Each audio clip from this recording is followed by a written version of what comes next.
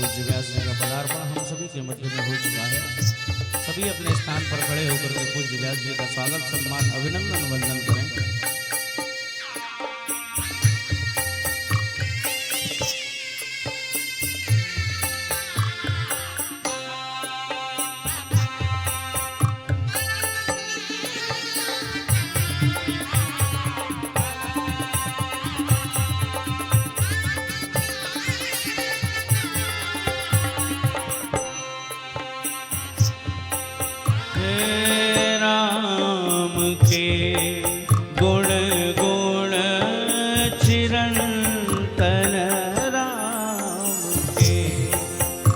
गुण गुण चिरंतन राम गुण सुमिरन रतन धन राम गुण सुमिरन रतन धन मनोजता को कर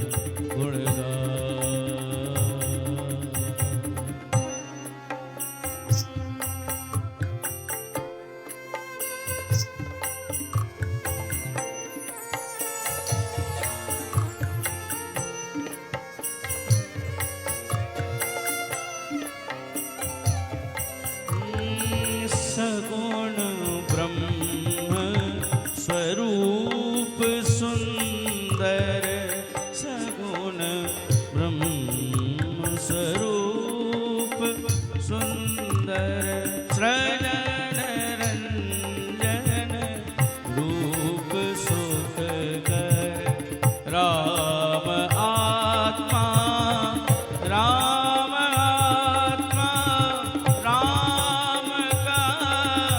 सम्मान करिए ध्यान धरिए राम का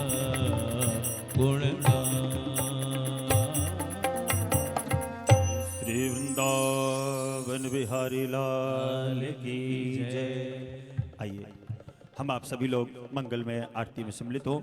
निवेदन करूंगा पुष्पेंद्र सहारिया जी, सचिन सहारिया जी, ब्रजेश शर्मा जी, सभी से निवेदन रहेगा जो भी कमेटी के सदस्य हैं वो सभी लोग भी आरती के लिए मंच पर पधारें। सभी लोग बड़ी ही शांति से आरती करेंगे। निवेदन करूंगा कि आप लोग भी अपने स्थान पर खड़े हो जाएं, भागवत महापुराण की आरती में सम्मिलित हों। ओम रत्नेश्वर्यै नमः, ज्वाला मालिन्यै नमः, चंद्रमा मनसो जात चक्षुः सूर्यो जायतो, श्रोत्राद्वायुष्य प्राणस्य मुखार्दग्निरजायतो।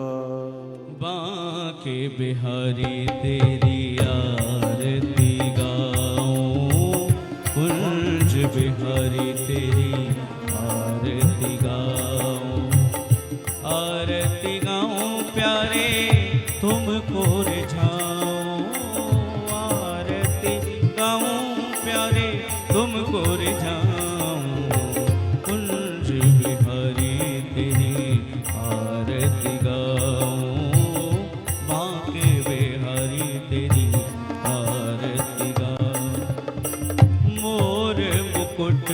तेरे शीश पे सोहे प्यारी बंसी, मेरो मन मोहे या बंसी पे बलि बल जाऊं, बांके बिहारी तेरी आरती गाऊं, कुंज बिहारी तेरी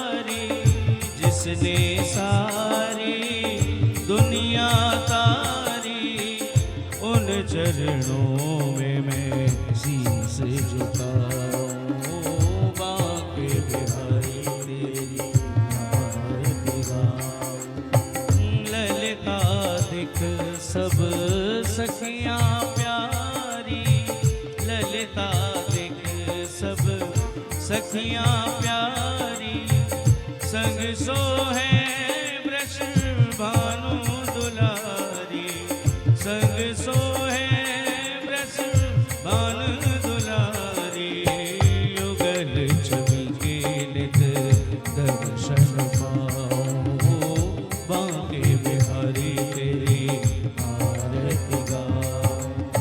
श्री हरिदास के प्यारे तुम हो, श्री हरिदास के प्यारे तुम हो, मेरे मोहन जीवन धन हो, मेरे मोहन जीवन धन हो, वास सदा वृंदावन पाओ, मारे बिहारी तेरी आरती गाओ। जलेन शीतलीकरणं वा पुष्पैर्देवादिवन्दना। ॐ मा जग्नेन जग्नमय जन्तदेवास्तानि धर्माणि प्रथमान्यासन्न, तेहनाकं महिमानः सचन्त्र यत्र पूर्वे साध्याः सन्ति देवाः। हरिः ॐ नारायणाय विद्महे वासुदेवाय धीमहि तन्नो विष्णुः प्रचोदयात्। हरिः ॐ महालक्ष्मै च विद्महे विष्णुपत्न्यै च धीमहि तन्नो लक्ष्मीः प्रचोदयात्। सेवन्तिका बकुलचम्पकपाटलाब्जै पुण्डागजातिकरवीररसालपुष्पै बिल्वप्रवालतुलसी दलमञ्जरीभिः त्वां पूजयामि जगदीश्वर मे प्रसीद। नानासुगन्धपुष्पाणि यथा कालोद्भवानि च पुष्पाञ्जलिर्मया दत्त्वा गृहाणः परमेश्वर। शपर्कराय श्रीपुराणपुरुषोत्तमाय नमः। चरणकमले सुमन्त्रपुष्पाञ्जलिं समर्पयामि। तुमेव माता च पिता तुमेव, तुमेव बन्धो च सखा तुमेव, तुमेव विद्या द्रविडो तुमेव, तुमेव सर्वं मम देव देव। बोल वृंदावन बिहारी लाल की जय, भागवत महापुराण की जय, श्री सद्गुरुदेव भगवान की जय, श्री खीरापति हनुमान जी महाराज की जय। जय जय श्री राधे श्याम। सभी भक्तों से करबद्ध आग्रह, बड़ी ही शांति के साथ सभी आसन को ग्रहण करें। मंचस्थ कमेटी के सभी सदस्यगण, आप सभी से भी करबद्ध आग्रह कि आप लोग भी आसन ग्रहण करेंगे। सभी मंच पर हैं जो भी, वो सभी नीचे जाकर आसन ग्रहण करें। परमाराध्य प्रभु श्री बांके बिहारी जी महाराज की अहित की पावन करुणा कृपा से पूज्य महाराज श्री जी की सत्प्रेरणा एवं मंगल में आशीर्वाद से आयोजित श्री श्री 1008 श्री खेरापति हनुमान जी महाराज झिंगामोर सरकार के पावन प्रांगण में हम आप सभी लोग बमोरी सुहागी महुरानीपुर के इस पावन प्रांगण में विराजमान होकर श्री राधा माधव सेवा संस्थान ट्रस्ट बानप्रस्थ धाम के पावन तत्वावधान में संगीत में श्रीमद् भागवत महापुराण श्रवण कर रहे हैं।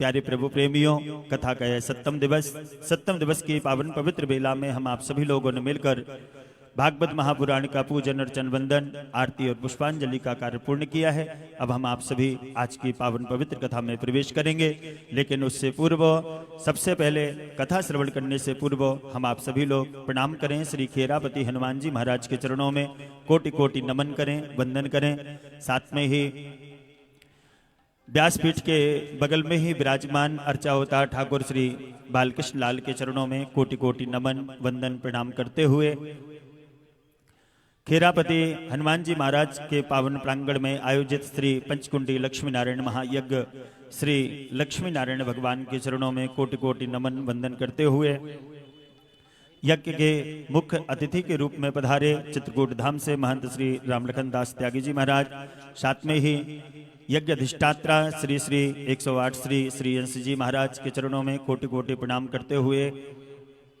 मंदिर की संपूर्ण व्यवस्थाओं को जो देख रहे श्री हनुमान जी महाराज की सेवा में रत्न पुजारी जी श्री लोटन दास महाराज जी के चरणों में कोटि कोटि प्रणाम करते हुए वंदन करते हुए हम आप सभी लोग नमन करें। साथ ही साथ हमारे यज्ञ के मुख्य यजमान डॉक्टर गोरेलाल कुशवाहा जी और श्रीमती उर्मिला कुशवाहा जी के साथ में हमारे कथा ज्ञान यज्ञ के मुख्य परीक्षित श्री कपिल तिवारी जी, श्री उमा तिवारी जी, श्रीमती उमा तिवारी जी और साथ ही साथ चैनल के माध्यम से यूट्यूब और आस्था के माध्यम से जुड़ रहे सभी हरिभक्तों को जय श्री राधे, जय श्री कृष्ण। पावन पवित्र सवअवसर हमारे मध्य में हम आप सभी लोग आज की कथा को श्रवण करें।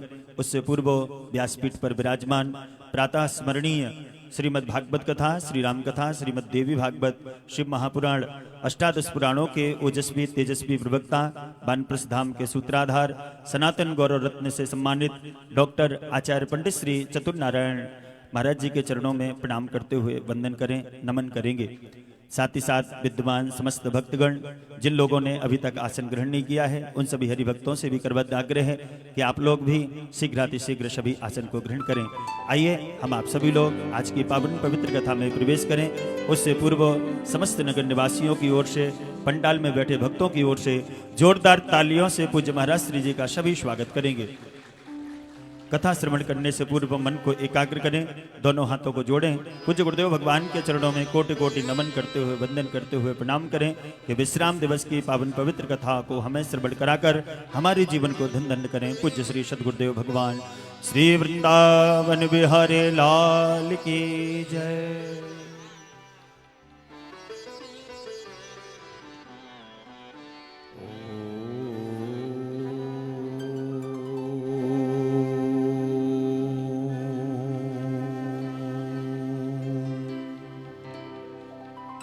नमो भगवते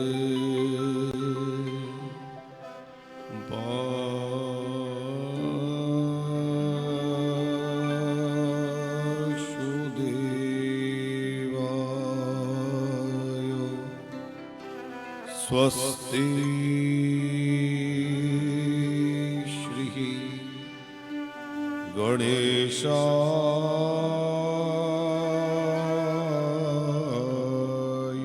नमः। श्री सद्गुरु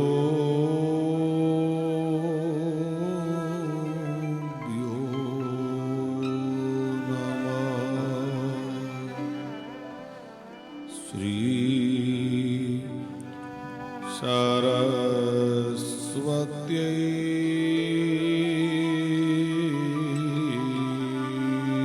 नमः।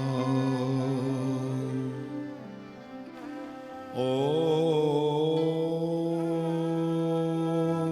नमः परमहंसास्वादितो चरणकमल चीने मकोरंदाय भक्तजनमानसनिवासाय श्रीरामचंद्राय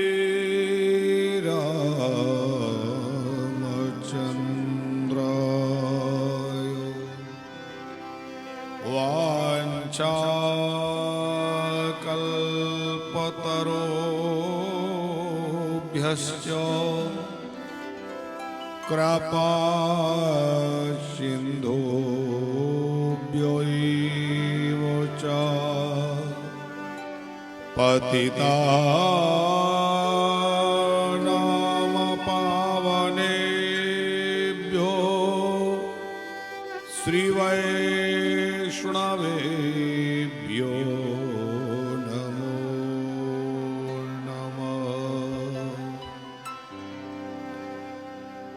श्री सीतानाथसमारम्भां श्रीरामानन्दार्यमध्यमाम् अस्मदाचार्यपर्यन्तां वन्दे श्रीगुरुपरम्पराम्। नारायणं नमस्कृत्य नरं चैव नरोत्तमं देवीं सरस्वतीं व्यासं ततो जयमुदीरये। बोलिए कृष्णलाल की, श्री गिरिराज धरण की, श्री गोवर्धन नाथ की, श्री यज्ञनारायण भगवान की, श्री हनुमान जी महाराज की, सब संतन की, सब भगतन की, अखिल गोवंश की। ओम नमः पार्वती पतये हर हर महादेव।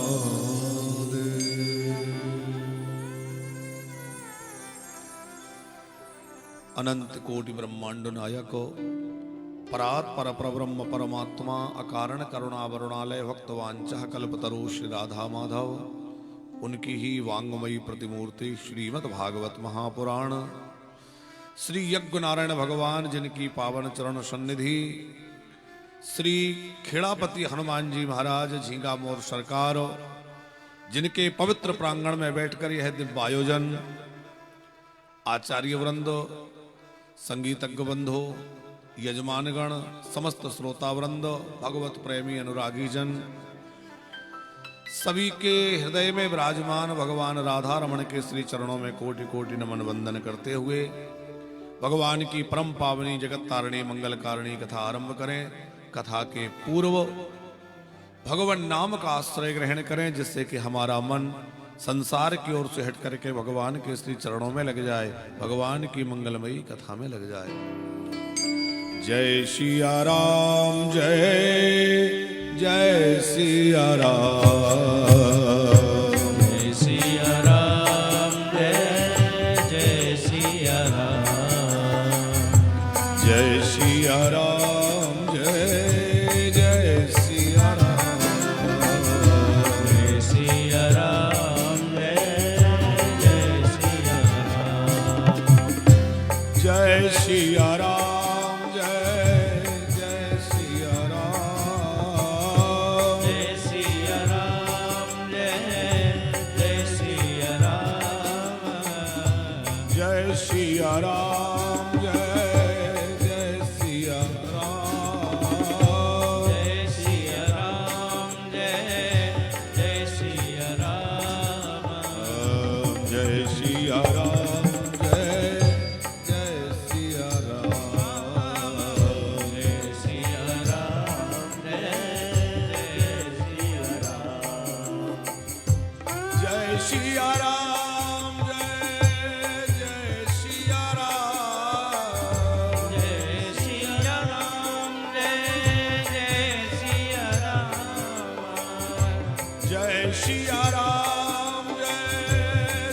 जय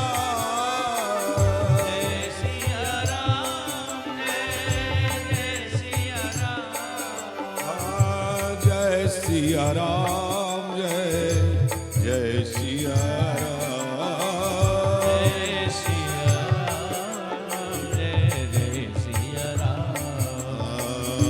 जय सिया राम, जय जय सिया राम, जय सिया राम,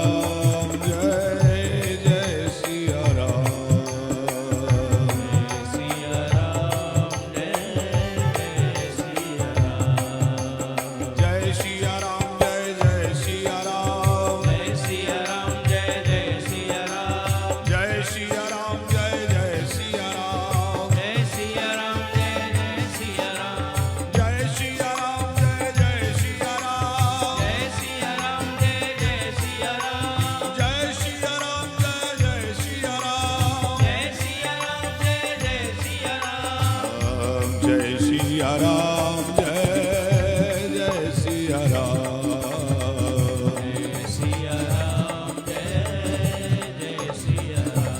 जय जय सिया राम, जय सिया राम, जय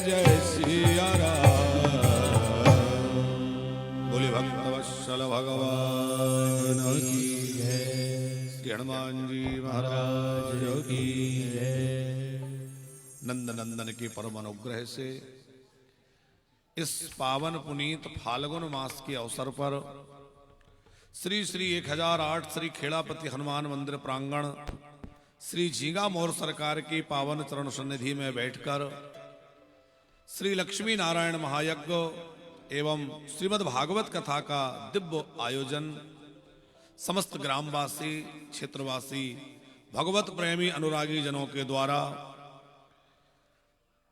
प्रधान यजमान के रूप में श्रीमती उर्मिला कुशवाहा, डॉक्टर गोरेलाल कुशवाहा जी, श्रीमद् भागवत के परीक्षित के रूप में श्रीमती उमा तिवारी, श्री कपिल तिवारी जी, यज्ञाचार्य महोदय, श्री श्री 108 श्री अंश जी महाराज श्री जी के पावन सानिध्य में चित्रकूट धाम से पधारे हुए पूज्य महंत श्री राम लखन दास त्यागी जी, श्री हनुमान जी महाराज के सेवा में श्री लोटन दास जी महाराज श्री जी एवं समस्त भगवत प्रेमी अनुरागी जन, आज कथा का सप्तम दिवस विश्राम दिवस, सप्तम पुष्प भगवान नंद नंदन के श्री चरणों में समर्पित करने जा रहे हैं। कल की कथा में हम लोग भगवान के दिव्य महाराज की कथा को श्रवण करते हुए भगवान के द्वारिका गमन और भगवान के प्रथम विवाह का प्रसंग, रुक्मिणी जी के साथ भगवान का जो विवाह हुआ उसका दर्शन झांकी के माध्यम से हम कर रहे थे। भगवान की सभी लीलाएं बड़ी ही अद्भुत और दिव्य हैं। जब भगवान द्वारिका पधारे तो द्वारिका में भी भगवान का बड़ा अद्भुत जो है लीला परिकर है और सुंदर लीलाएं द्वारिका में भगवान की हो रही हैं। रुक्मिणी जी के साथ प्रथम विवाह बड़े धूमधाम से संपन्न हुआ और ये रुक्मिणी साक्षात भगवती लक्ष्मी है। लक्ष्मी की हर कोई चाह करता है कि हमें लक्ष्मी मिल जाए। शिशुपाल चाहता था कि मेरा विवाह इनसे हो जाए, लेकिन लक्ष्मी किसको प्राप्त होती है? बोले जो शिशुपाल है उसको लक्ष्मी नहीं मिलेगी। लक्ष्मी तो उन्हीं पर ज्यादा कृपा करते हैं जो सब दुनिया को अपना परिवार मान करके और परोपकार के मार्ग पर चलते हैं, जो परमार्थ के कार्य में लगते हैं। लक्ष्मी की उन पर विशेष कृपा होती है। रावण ने लक्ष्मी को अपना बनाना चाहा हरण करके, जानकी जी भी तो वही है, तो रावण ने हरण करके अपना बनाना चाहा और शिशुपाल ने वरण करके अपना बनाना चाहा, लेकिन लक्ष्मी ना तो हरण करने से मिलेंगी ना वरण से मिलेंगी। लक्ष्मी तो नारायण के चरण से मिलेंगी। भैया भगवान नारायण के चरण पकड़ लो तो लक्ष्मी कृपा करेंगे। भगवान का भजन करो, भगवान का नाम लो और सदमार्ग पर चलो। धर्मशील व्यक्ति के पास अपने आप लक्ष्मी, धन, संपत्ति, वैभव, सुख, शांति सब आ जाता है। जहां धर्म होगा वहां धन भी आएगा, जहां धर्म होगा वहां शांति भी आएगी, जहां धर्म होगा वहां ऐश्वर्य आएगा और जहां धर्म होगा वहां सद्गुण अपने आप आ जाते हैं। और जहां धर्म नहीं होगा वहां आप चाहे जितना धन जुटा लीजिए और ना शांति मिलेगी, ना संतोष मिलेगा, ना सुख मिलेगा। जैसे समुद्र को कामना नहीं है कि नदियां मेरे पास आए, फिर भी समुद्र के पास नदियां जाती हैं कि नहीं, उसी प्रकार धर्मात्मा व्यक्ति को यह कामना नहीं रहती कि मुझे संपत्ति प्राप्त हो, लेकिन धर्मशील के पास स्वतः ही संपत्ति चल करके पहुंच जाती है, क्योंकि धर्मशील के पास ही लक्ष्मी को भी स्थान मिलता है। जिम सब संपत बिन है बुलाई, धर्मशील पह जाए सुहाई। तो लक्ष्मी जी के साथ भगवान का बस सुंदर विवाह हुआ और धीरे धीरे समय व्यतीत हुआ और लक्ष्मी जी माने रुक्मिणी जी जो हैं, उन रुक्मिणी जी ने एक सुंदर बालक को जन्म दिया। जो बालक है उसका नाम प्रद्युम्न रखा गया और ये बालक और कोई नहीं था, ये बालक कामदेव है। आपने वो कथा सुनी होगी कि भगवान शंकर समाधि में बैठे थे, उनकी समाधि भंग करने देवताओं ने कामदेव को भेजा। कामदेव ने तमाम जो है वहां नृत्य आदि करके और भगवान शंकर की समाधि भंग करना चाहिए, पर भगवान शंकर के मन में कोई क्षोभ नहीं हुआ। तो तो कामदेव ने एक बाण लिया और भगवान शंकर के हृदय पर मार दिया। और शंकर जी को जब कामदेव का बाण लगा तो नेत्र खुल गए, थोड़ा रोष आ गया, किसने मेरे समाधि में विक्षेप किया है? कौन है जो मुझे तपस्या करने में बाधा डाल रहा है? चारों ओर देखा तो सामने आम के पत्तों में पेड़ के पीछे छुपा हुआ था कामदेव। और जैसे ही कामदेव पर भगवान शंकर की दृष्टि पड़ी, भगवान शंकर का तीसरा नेत्र खुल गया और कामदेव जल करके भस्म हो गया, राख बन गया। अब वो कामदेव जो था, उसकी पत्नी दौड़ती हुई भगवान शंकर के शरण में आई, बाबा अब मेरा क्या होगा, क्योंकि पतिदेव के बिना मैं कैसे रहूंगी? जैसे जल सूख जाने पर नदी की शोभा नहीं होती, जैसे प्राण निकलने के बाद शरीर की शोभा नहीं होती, उसी प्रकार बिना पति के स्त्री के जीवन का क्या महत्व। जब ये बात रति महारानी ने भोले बाबा से कही, भगवान शंकर को करुणा प्रकट हो गई। देखो भोले बाबा बड़ी जल्दी कृपा करने वाले देवता हैं। भोले बाबा इतने दयालु हैं कि थोड़ी सी भी कोई प्रार्थना करे तो भोले बाबा रीझ जाते हैं। देखो जो किसी को ना चढ़े वो भगवान शंकर को चढ़ जाता है। आग धतूरा कोई पसंद नहीं करता, भोले बाबा कहते हैं मुझे सब पसंद ले आओ। सर्प बिच्छुओं से सब दूर भागते हैं, भोले बाबा कहते हैं कि कोई बात नहीं है, मैं सबको रख लूंगा। सर्प बिच्छू रोते रोते भोले बाबा के पास गए, बाबा हम कहाँ जाएं? भोले बाबा ने कहा क्या परेशानी है? बोले जहां जाएं लोग हमें मार देते हैं, कुचल देते हैं। सर्प बिच्छुओं से भोले बाबा ने कहा चिंता मत करो, सारा जगत जिसको दूषण मानता है मैं उसको अपना आभूषण बना लूंगा। और भोले बाबा ने उन सर्प बिच्छुओं को अपना आभूषण बना लिया। भुजगेंद्र हाराए। तो जिनके द्वार पर सर्प बिच्छुओं के लिए भी स्थान है, जिन महादेव के चरणों में भूत प्रेत पहुंच गए तो उनको भी अपना बना लिया। भूत प्रेत को कोई चाहता है? पर भोले बाबा भूत प्रेतों से भी इतना प्रेम करते हैं कि जब बारात में जा रहे थे तो देवताओं ने कहा कि यदि ये भूत प्रेत रहेंगे तो विवाह होना मुश्किल हो जाएगा। भोले बाबा बोले विवाह हो या ना हो पर मेरे भूत प्रेत मेरे साथ रहेंगे, मैं इन्हें छोड़ के नहीं जाऊंगा। ये भगवान शंकर की करुणा है। और हम इसलिए आपको बतला रहे हैं कि भगवान शंकर की सेवा सब लोग किया करो। सब शिव जी को जल चढ़ाओ, सब शिव जी की पूजा करो। आपके जीवन में कैसी भी समस्या चल रही हो, कितनी भी परेशानी से घिरे हो, और प्रतिदिन भगवान शंकर के मंदिर में जाकर शिव जी को जल चढ़ाने लगो, बिलपत्र चढ़ाने लगो। हमारे सीहोर वाले श्री प्रदीप मिश्रा जी ने तो सबको जोड़ दिया, एक लोटा जल और सब समस्याओं का। तो बिल्कुल वो सच्चाई है कि भगवान शंकर जो है जलधारा से बड़े प्रसन्न होते हैं। नमस्कार प्रिया भानु, भगवान सूर्य नारायण को नमस्कार प्रिय है। कल हमने कहा था सूर्य भगवान को प्रणाम किया करो। सूर्य नारायण को नमस्कार प्रिय है। नमस्कार प्रिया भानु जलधारा सेवा प्रिया। भगवान शंकर जो है उनको जलधार प्रिय है, जल चढ़ाओ। और अलंकार प्रिया विष्णु, भगवान विष्णु भगवान श्री कृष्ण को अलंकार प्रिय है, इनको खूब सुंदर सजा धजा के रखो। और ब्राह्मणा मोदका प्रिया, ब्राह्मण को प्रसन्न करना है तो मीठा मीठा पवाओ, तो मीठा मीठा बोलो।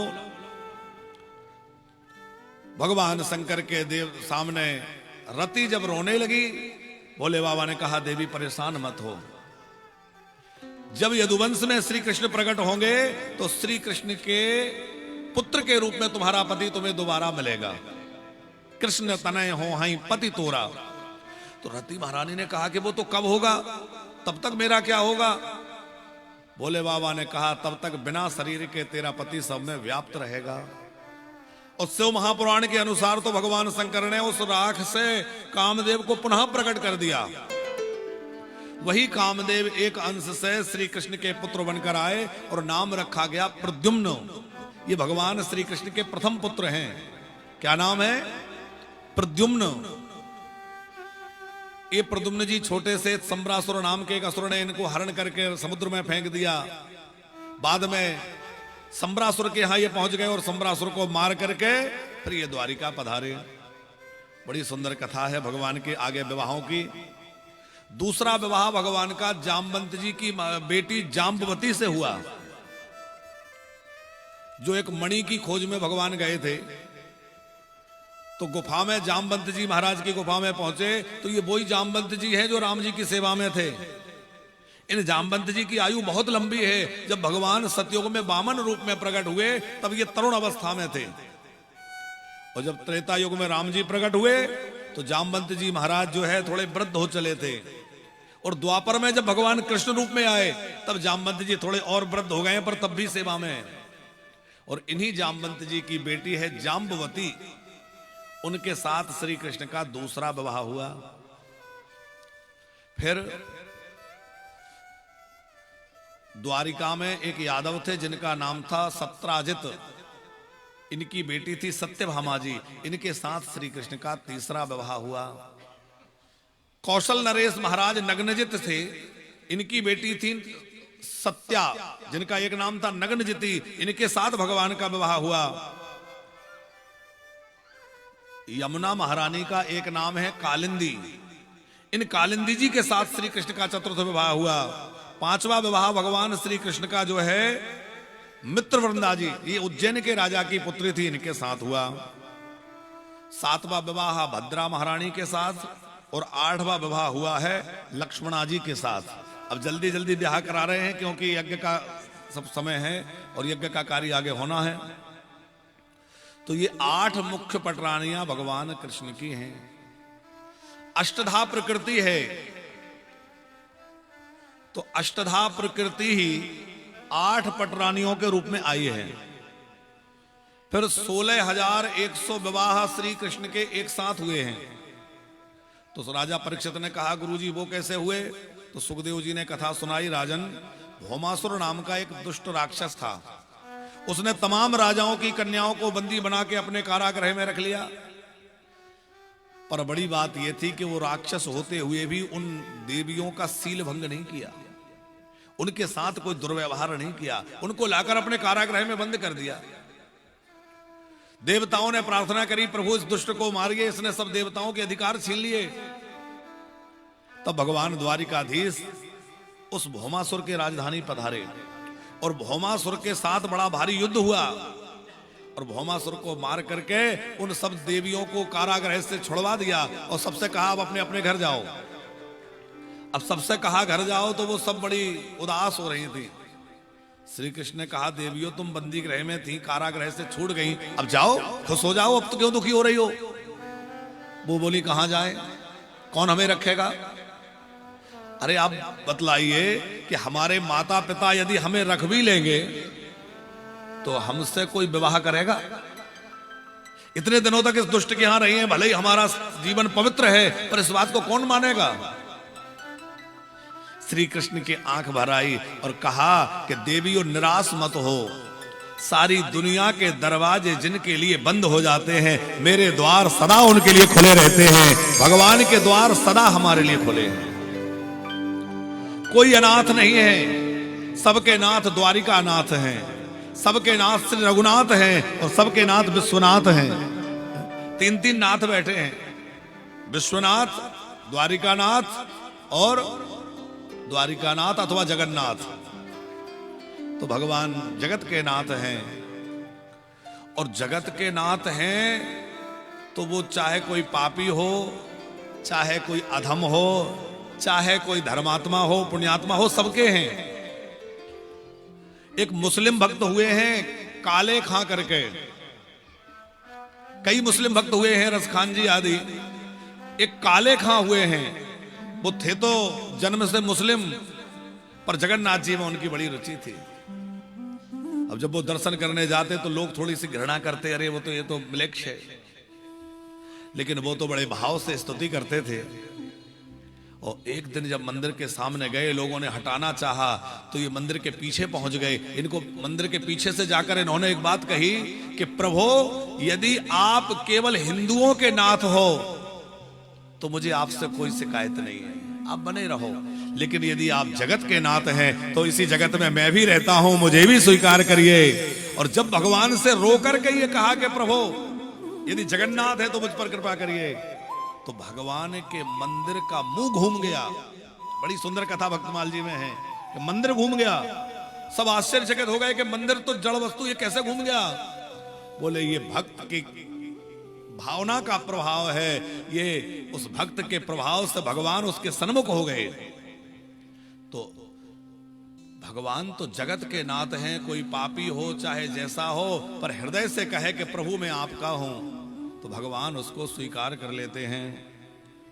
उस भौमासुर के बंदी गृह में जो देवियां थी उन सबको कारागृह से मुक्त कर दिया। अब भगवान बोले कि देखो देवियों, परेशान मत हो, सब द्वारिका चलो। और सबको द्वारिका बुलवाया और द्वारिका में एक साथ 16,100 मंडप डल गए। और उतने जब मंडप लगे तो फिर भगवान ने भी उतने रूप बना लिए। अच्छा, कई लोग कहते हैं कि श्री कृष्ण ने इतने विवाह किए तो हम क्यों ना कर सकें? भगवान एक साथ 16,108 रूप बना करके रहते हैं, हम एक साथ 2 रूप बना सकते हैं? अरे हम तो एक साथ 2 भी नहीं बना सकते। भगवान से अपनी तुलना करना कितनी बड़ी मूर्खता है। जो उनने किया हम क्यों नहीं कर सकते? अरे उन्होंने तो बहुत कुछ किया, पर हम सब थोड़ी कर सकते हैं। तो भगवान का विवाह उन सब देवियों के साथ संपन्न हुआ और भगवान के 16,108 विवाह संपन्न हुए। प्रत्येक रानी से 10-10 पुत्र हुए, एक एक पुत्री हुई। अब घर में जाके गणित कर लेना कि 16,108 गुणित 10 कितने पुत्र हो गए भगवान द्वारिकानाथ के? अब बड़ा विस्तृत परिवार भगवान का हो गया। 1,61,080 तो पुत्र हैं। फिर पुत्रों के पुत्र हो गए प्रद्युम्न जी के पुत्र अनिरुद्ध जी। प्रद्युम्न जी के दूसरे विवाह की चर्चा है। एक तो मायावती रति देवी से हुआ, दूसरा विवाह रुक्मी की पुत्री रुक्मवती से हुआ। इनके पुत्र अनिरुद्ध हुए, उनका चरित्र है। अनिरुद्ध जी का एक विवाह बाणासुर की बेटी उषा से हुआ और एक जो है रुक्मी की पौत्री रोचना से हुआ। इन सब का वृतांत है। और आगे राजा नृग का वृतांत है। सूर्यवंशी एक राजा थे जो बड़े दानी थे और सूर्यवंशी राजा ने खूब गैया दान करी, पर उनसे एक भूल हो गई तो वो जो है गिरगिट बन गए। क्या हुआ कि भगवान कृष्ण अपने बालकों के साथ में एक बगीचे में भ्रमण के लिए निकले तो वहां बच्चों ने देखा कि एक विशालकाय गिरगिट पड़ा हुआ है। प्रभु, इतना बड़ा गिरगिट तो कभी नहीं देखा गया। तो द्वारिकाधीश गए, उस गिरगिट को स्पर्श किया, उसका गिरगिट शरीर तो वहीं छूट गया और वो दिव्य पुरुष के रूप में प्रकट हो गया। भगवान ने पूछा आप कौन हो और इस रूप में कैसे पड़े थे? तब उसने अपना परिचय दिया। निर्गुणम नरेंद्रो अहमिक्षवाकुतनया प्रभो दान स्वाख्यायमानेषु यदि ते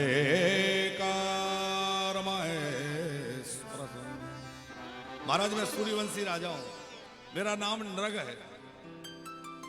तो भगवान ने पूछा कि ऐसे क्यों पड़े हो, गिरगिट कैसे बन गए?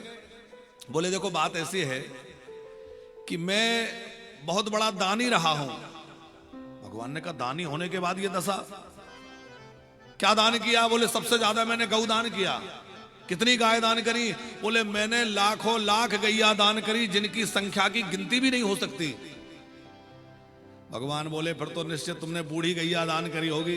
कई बार लोग सोचते हैं अब ये गैया दूध तो ज्यादा देगी नहीं, बुढ़ी होने लगी, चलो पंडित जी को दे दो, बछिया दे देते। ऐसी गैया दी? बोले नहीं नहीं। कैसी गाय दी?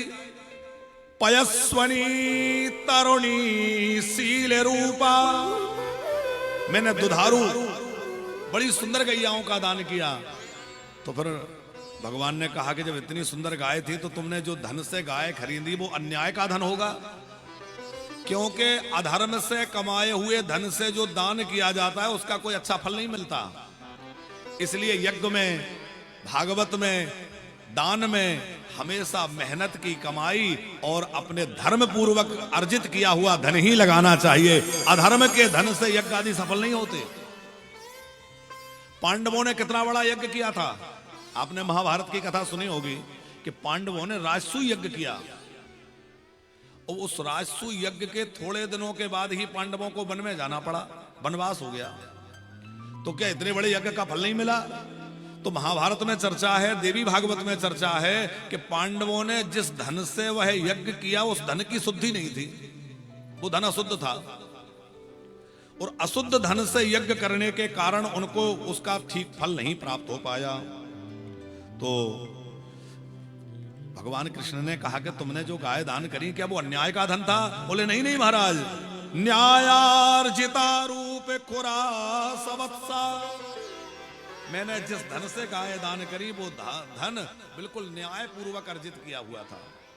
फिर बोले गलती ये हो गई कि एक बार मेरी गायों में एक पंडित जी की गैया आके मिल गई, मैंने गाय दान करी, वो ब्राह्मण की गाय भी गलती से दान हो गई। अब ब्राह्मण की गाय मुझे तो पता नहीं था, हजारों गैयाओं में कौन पहचान पाए, पर जिनकी गाय खो गई थी वो ढूंढ रहे थे, जिनको मैंने दान करी वो लेके जा रहे थे, दोनों रास्ते में टकरा गए। अब वो कहें गैया मेरी है, वो कहें मुझे मिली है तो मेरी है, दोनों में झगड़ा हो गया। तो झगड़ा होने के बाद राजा के पास गए, आप निर्णय करिए।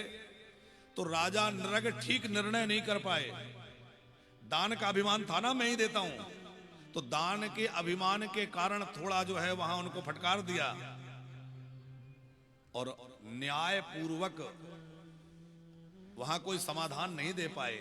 इसका परिणाम यह हुआ कि उनको गिरगिट बनना पड़ा।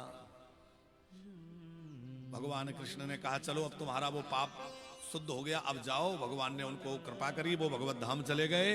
पर भगवान कृष्ण अपने पुत्र पौत्रों को समझा रहे हैं, बच्चों देखा गलती से एक ब्राह्मण का धन आ गया और वो इन्होंने उपयोग नहीं किया, दान हो गया, लेकिन उससे भी उनको इतने दान का फल तो कम पड़ गया और वो पाप भारी पड़ गया। इसका मतलब धोखे से भी किसी संत का धन, ब्राह्मण का धन, गाय का धन अपने उपयोग में मत लेना। ध्यान रखना जीवन में, गाय के नाम पर प्राप्त धन एक पैसा भी हमारे उपयोग में ना लग जाए। मंदिर के नाम पर, यज्ञ के नाम पर आने वाला धन हमारे ही उपयोग में ना आ जाए, ब्राह्मण का धन हमारे उपयोग में ना आ जाए, क्योंकि इस तरह का धन यदि हमारे उपयोग में गलती से आ गया, हमने जानबूझ के नहीं किया, धोखे से भी प्रयोग हो गया, तो भी हमारा जो है उसमें बड़ा हानि हो जाएगी। इसलिए बहुत सावधान रहना है और न्याय पूर्वक ही धनार्जन करना है। देखो हम लोग दान भी करते हैं, जब भी करते हैं, कथा भी सुनते हैं, सब करते हैं, लेकिन कई बार उस चीजों से नहीं रुक पाते जो नहीं करना चाहिए। जो करना है वो तो करें, पर जो नहीं करना है उसका बहुत ध्यान रखें। क्या नहीं करना है? बोले जैसे कि झूठ नहीं बोलना है, गलत खान पान नहीं करना है, किसी का दिल नहीं दुखाना है, किसी को परेशान नहीं करना है। तो जो नहीं करना है उससे बचने की ज्यादा जरूरत है। हम लोग क्या करते हैं, जो करना है वो तो करते हैं, जब भी करते हैं, पूजा भी करते हैं, व्रत भी करते हैं, लेकिन निषेध धर्म से बचते नहीं है, जिसके कारण जीवन में अनेक समस्याएं आती रहती हैं। भगवान ने वहां सुंदर अपने बच्चों को शिक्षा दी है।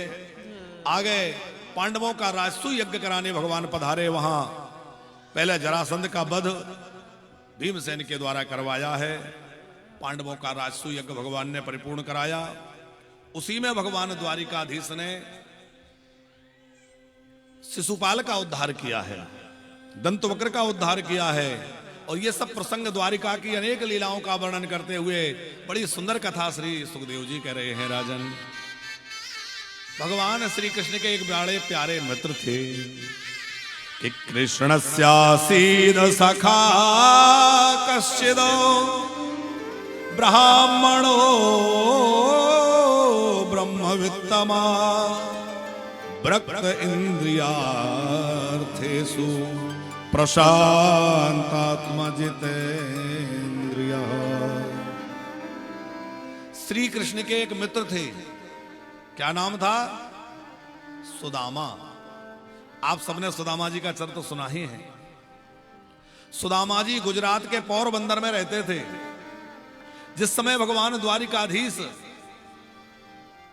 द्वारिकाधीश नहीं बने थे, मथुरा में रहते थे, और पढ़ने के लिए उज्जैन गए, तो पढ़ते पढ़ते सांदीपनी मुनि के आश्रम में एक ब्राह्मण बालक से मित्रता हुई, जिनका नाम था सुदामा। वो सुदामा बड़े अकिंचन थे। अब देखो, पढ़ने के बाद श्री कृष्ण तो मथुरा चले गए, वहां से द्वारिका चले गए, और वो सुदामा अपने पोरबंदर चले गए। वहां उनका विवाह हो गया, पत्नी का नाम सुशीला, और बड़े आनंद से अपना जीवन यापन सुदामा जी कर रहे थे। आनंद से कैसे? हमने तो सुना है महाराज वो बड़े गरीब थे, बड़े दुखी थे। दुखी नहीं थे, निर्धन तो थे। सुदामा जी की जो कुटिया थी वो टूटी फूटी थी, झोंपड़ी में रहते थे। उनके जो कपड़े थे वो बहुत बढ़िया नहीं थे, फटे पुराने जो मिल जाए काम चलाते थे। पत्नी के पास भी कोई गहना वहना नहीं था। घर के जो बर्तन थे वो भी फूटे टूटे जैसे थे, उससे काम चल ही रहा था।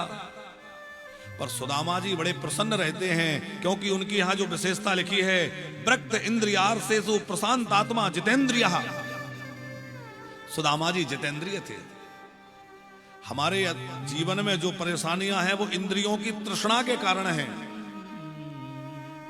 रोज रोज नया नया भोजन, आज पकौड़ी बना लो, आज रसगुल्ले बना लो, आज जलेबी बना लो, आज तो ये किसके द्वारा हो रहा है? हमारी जीभ नया नया मांग रही है, उसके लिए हम परेशान हो रहे हैं। हमारे कान आज ये गीत सुनेंगे, कल वो गीत सुनेंगे। आंखें आज ये देख लिया, कल वो देख लिया। तो हम इन इंद्रियों के नचाए तो नाच रहे हैं, लेकिन सुदामा जी महाराज ने अपनी इंद्रियों को पूरी तरह अपने बस में कर रखा है। जितेंद्रिय, हम इंद्रियों के दास ना बने। देखो, ऐसे समझना, ये शरीर एक रथ है, और इस शरीर रूपी रथ में 10 घोड़े लगे हैं। कौन से? 10 इंद्रियां। इसका जो सारथी है, ड्राइवर है, वो है मन, और इसका जो मालिक है वो है आत्मा। अब आपकी गाड़ी कहीं जा रही है तो मालिक जहां चाहेगा वहां गाड़ी जाना चाहिए कि ड्राइवर कहीं भी ले जाए? क्या होना चाहिए? मालिक के अनुसार चलेगी। तो इस शरीर का मालिक कौन है? आत्मा। मन जो है वो केवल चलाने वाला सारथी है, लेकिन हमारा मन कई बार इतना ज्यादा उद्दंड हो जाता है, उच्छृंखल हो जाता है कि वो आत्मा की आवाज नहीं सुनता। अपने ढंग से शरीर को चलाने लगता है, अपने ढंग से इंद्रियों को चलाने लगता है। आपने देखा होगा कई बार हम कुछ गलत करते हैं तो अंदर से आवाज आती है कि नहीं, ये ठीक नहीं है। कई बार हमारे अंदर एक दुविधा चलती है, कुछ कहते हैं कि ऐसा कर लें, कभी होता है ऐसा ना करें। तो जो गलत करने का विचार मन में आ रहा है वो मन में आ रहा है, और उसको मना कर रही है आत्मा। आत्मा कहती है नहीं, गलत रास्ते पे मत जाओ, ये ठीक नहीं है। लेकिन कई बार मन जो है वो आत्मा की आवाज को दबा देता है और मन अपने अनुसार चलने लगता है।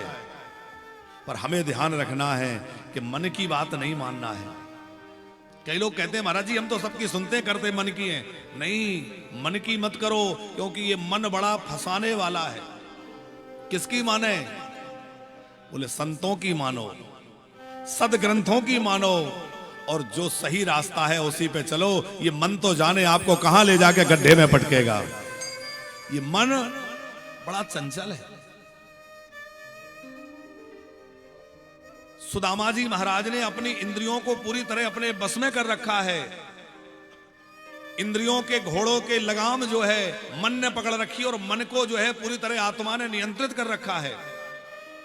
अच्छा, दशरथ जी का नाम दशरथ क्यों है? कई लोग कहते हैं उनका रथ जो था वो 10 दिशाओं में चलता था, इसलिए उनका नाम दशरथ है। कोई कहता है कि वो एक साथ 10 दिशाओं में चल सकते थे, मतलब किस तरफ रथ उनका युद्ध के समय चल रहा है कोई समझ नहीं सकता। लेकिन दशरथ शब्द का अर्थ है कि जिसने अपनी 10 इंद्रियों को रथ बना लिया है भगवान की प्राप्ति के लिए, और जो भगवान की ओर बढ़ गया है वो दशरथ है। दशानन, दशानन का मतलब है जिसने अपने 10 इंद्रियों को आनन, आनन माना होता है मुख, भोग भोगने के लिए बना लिया है, वो दशानन है। और सुदामा जी तो ऐसे जितेंद्रिय हैं कि इन्होंने पूरी तरह अपनी इंद्रियों को कंट्रोल बस में कर रखा है। ब्रक्त इंद्रियार्थेषु प्रशांतात्मा जितेंद्रिय। और बड़ी सुंदर कथा है कि सुदामा जी बड़े अकिंचन हैं। ब्राह्मण तो हैं ही, केवल ब्राह्मण नहीं है, ब्रह्म ज्ञानी भी हैं। अच्छा, आपको ब्राह्मण भी मिल जाएंगे, ब्रह्म ज्ञानी भी मिल जाएंगे, पर ज्ञान के अनुरूप आचरण करने वाले आपको गिने चुने मिलेंगे। ज्ञान तो बहुत लोगों में होता है, ज्ञान तो रावण में भी बहुत था, पर रावण में आचरण नहीं था। और हमारे यहां ज्ञान की पूजा नहीं है, हमारे यहां आचरण की पूजा है। सुदामा जी महाराज केवल ज्ञानी नहीं थे, सुदामा जी महाराज का आचरण भी बड़ा पवित्र था। एकदम व्रत रहते हैं, कोई संग्रह नहीं, कोई इच्छा नहीं, कोई तृष्णा नहीं, जो मिल जाता है उसी से निर्वाह करते हैं। और सुदामा जी ने अपने पूरे जीवन में भिक्षा कभी नहीं मांगी। कई लोग दिखा देते हैं ना झांकी में सुदामा जी भिक्षा मांग रहे हैं, लोग उनको दुत्कार रहे हैं, ये बिल्कुल गलत है। सुदामा जी बड़े अकिंचन हैं, किसी से कुछ नहीं मांगते। यदि भोजन के लिए कुछ नहीं रहता तो जल पी के ही काम चलाते हैं, थोड़ा फल मिल जाते हैं फल खा लेते हैं। और कभी कोई अन्न दे जाता है, सीधा सामान दे जाता है, तो सोचते हैं कि आज ठाकुर जी का अन्न का भोग लगाने का मन है, तो सुशीला बढ़िया भोजन बनाओ, ठाकुर जी को भोग लगेगा। अब सुशीला ने भोजन बनाया कपिल जी, और जैसे ही भोजन परोसने की तैयारी हो रही थी, कोई अतिथि द्वार पे आ गया। तो सुदामा जी कहते हैं, भाई अपने तो बाद में पालेंगे, पहले अतिथि को खिलाओ। तो अतिथि को जमा देते हैं। ऐसा सुदामा जी का जीवन है कि कई दिनों तक भूखे रहते हैं, पर कभी मन में ये नहीं रहता कि मैं भगवान का इतना नाम जप रहा हूं, मुझे भगवान ने इतना दुख दिया ना। जो ये सोच लेता है कि मैं इतनी पूजा करता हूं फिर भी भगवान मेरे साथ ऐसा कर रहे हैं, वो भक्त है ही नहीं। अरे भक्त तो वो है कि चाहे जैसी स्थिति बनी रहे, पर भगवान का नाम ना छोड़े, भगवान का भजन ना छोड़े। मेरे कन्हैया मुझे जिस हाल में रखें, और बार बार प्रभु से यही कहो, प्रभु मुझे रुलाकर आपको अच्छा लगता है तो रुला लीजिए, मुझे परेशान करके आप अच्छे हैं तो ठीक है, मुझे परेशान करिए, कोई बात नहीं है। मुझे संपत्ति देकर आप खुश हैं तो संपत्ति देना, और यदि मुझे विपत्ति देकर आपको खुशी मिलती है तो मुझे विपत्ति दे देना, पर आप खुश रहिए। क्योंकि ना खुशी अच्छी है ना मलाल अच्छा है, और मेरा कन्हैया जिस हाल में रखे वो हाल अच्छा है। गोविंद की शरण में समर्पित हो जाओ। सुदामा जी बड़े अकिंचन हैं। अच्छा, पत्नी जैसा नाम है वैसा गुण है, सुशीला। थोड़ा सा ज्ञान खोल दो भैया इसका। सुशीला का मतलब है, हाँ, जो बड़ी सुशील है। कितनी सुशील है? देखो, धन संपत्ति साधन देने वाले पति की सेवा तो हर कोई कर सकती है, पर अकिंचन और निर्धन पति को परमेश्वर मान के सेवा करने वाली नारी है सुशीला। सुशीला एक ऐसी पत्नी है कि कभी पति से ये नहीं कहा कि तुम्हें खिलाने की हिम्मत नहीं थी, कमाना नहीं है, तो फिर तुम बाबा क्यों नहीं बन गए, क्यों विवाह कर लिया। आजकल की होती तो कह सकती थी कि जब ऐसे ही करना था तो बाबा बन जाते, पर नहीं। सुशीला जी सोचती हैं कि मेरा बड़ा भाग्य है जो मुझे ऐसे भगवत भक्त और सदाचारी पति मिले हैं। यदि आपके पति पूजा करते हैं, मंदिर जाते हैं, कथा सुनते हैं, तो आपको यह समझना चाहिए कि भगवान ने बड़ी कृपा करी जो मुझे ऐसे पति मिले। अरे ऐसे मिल जाए जो मदरालय में जाकर बैठे रहें, उल्टे सीधे लोगों के साथ बैठे, वो अच्छे हैं कि मंदिर जाए कथा सुने, वो अच्छे हैं। भले ही धन संपत्ति कम दे, पर यदि सही रास्ते पर चल रहे हैं तो निश्चित मानिए कि हमारे आने वाला समय सुनहरा होगा। हम अच्छे रास्तों पर चल रहे हैं, हमारे बच्चे अच्छे होंगे। सबसे बड़ी संपत्ति गृहस्थ की है उसके बालक, उसके बच्चे, उसकी संतान। अच्छा विचार करो, खूब संपत्ति है और संतान बिगड़ जाए तो वो संपत्ति किस काम की। और संपत्ति भले ही थोड़ी कम है और अच्छी संतान हो जाए, शिक्षित हो जाए, संस्कारी हो जाए, तो आप बताओ यदि संतान अच्छी निकल गई और अच्छी जगहों पे पहुंच गई तो हमारा जीवन सुखी हो जाएगा कि नहीं। ऐसे हम तमाम लोगों को जानते हैं, आप लोगों ने भी देखा होगा कि संपत्ति की कोई कमी नहीं है, पर संतान ऐसी निकल गई कि वो बेचारे रात दिन दुखी हो रहे हैं। इसलिए सदमार्ग पर चलो, सदमार्ग पर चलने वालों को भगवान अच्छी संतान देते हैं, उनका घर द्वार अपने आप सुखी हो जाता है। तो सुशीला कहती है कि मेरा भाग्य है जो मुझे ऐसे भगवत भक्त, ऐसे सदाचारी, ऐसे अकिंचन पति मिले हैं। पर बच्चों की भूख कई बार सुशीला को देखी नहीं जाती, बच्चे भूख से रोने लगते हैं। सुशीला जी क्या करती हैं, चूल्हा जला के उस पर बटलोई रख देती हैं और बच्चों को कहती हैं भोजन बन रहा है। अब बच्चे सोचते हैं खिचड़ी बनेगी, कुछ प्रसाद बनेगा, पर उसमें कुछ है ही नहीं, कैला पानी रखा है। कीर्तन करते करते बच्चे सो जाते हैं। ऐसे करते करते बहुत समय बीत गया। एक दिन सुशीला जी ने देखा सुदामा जी कृष्ण कृष्ण जप रहे हैं, तो कहा स्वामी क्या कृष्ण से मिलने की इच्छा नहीं होती? तब सुदामा जी ने जैसे ही कृष्ण का नाम सुना और मिलने की बात सुनते ही रोम रोम खड़े हो गए। सुदामा जी के रोए खड़े हो गए, आंखों से आंसू निकल पड़े और कहा देवी तुम कह रही हो मिलने की इच्छा नहीं होती, इस जीवन में और कोई इच्छा है ही नहीं, केवल एक ही इच्छा है कि एक बार इन आंखों से कृष्ण का दर्शन कर लूं, एक बार कन्हैया से मिलना है। हम बचपन में साथ रहते थे, वो कितना प्रेम करता था, अब तो सुना है वो द्वारिका का राजा बन गया है। मुझे बड़ा संकोच लगता है, मैं कैसे जाऊं? अब मेरी इस हालत को देखकर लोग पता नहीं क्या अनुमान लगाएंगे। सुशीला जी बोली देखो आपके मन में मिलने की इतनी चाह है तो द्वारिकाधीश के मन में भी तो आपसे मिलने की इच्छा होगी। आपको मिलकर बहुत अच्छा लगेगा ये तो ठीक है, पर आपसे मिलकर आपके मित्र श्री कृष्ण को भी तो अच्छा लगेगा। आप उनकी खुशी के लिए जाइए। और भक्त जो है वो अपनी खुशी का विचार नहीं करता, भक्त अपने भगवान की खुशी का विचार करता है, मेरे भगवान प्रसन्न रहें। जब भरत जी ने चित्रकूट में भरत जी से चित्रकूट में राम जी ने कहा कि भरत तुम कहोगे तो मैं अयोध्या लौट चलूंगा, बताओ क्या चाहते हो? और सारा निर्णय जब भरत पर छोड़ दिया तो भरत जी कह सकते थे कि चलो वापस, वो तो लेवाने ही आए थे, पर नहीं कहा। क्या कहा? प्रभु आप जिसमें खुश हो, आप जिसमें प्रसन्न रहें वो करें, क्योंकि मैं कहूं लौट चलो, आप लौट गए और लौटने के बाद आपका मुख उदास हो गया, आप अंदर से दुखी हो गए तो मेरा लौटाना बेकार हो जाएगा। इसलिए प्रभु आप जिसमें खुश रहें वही करिए, आपकी खुशी ही मेरी खुशी है।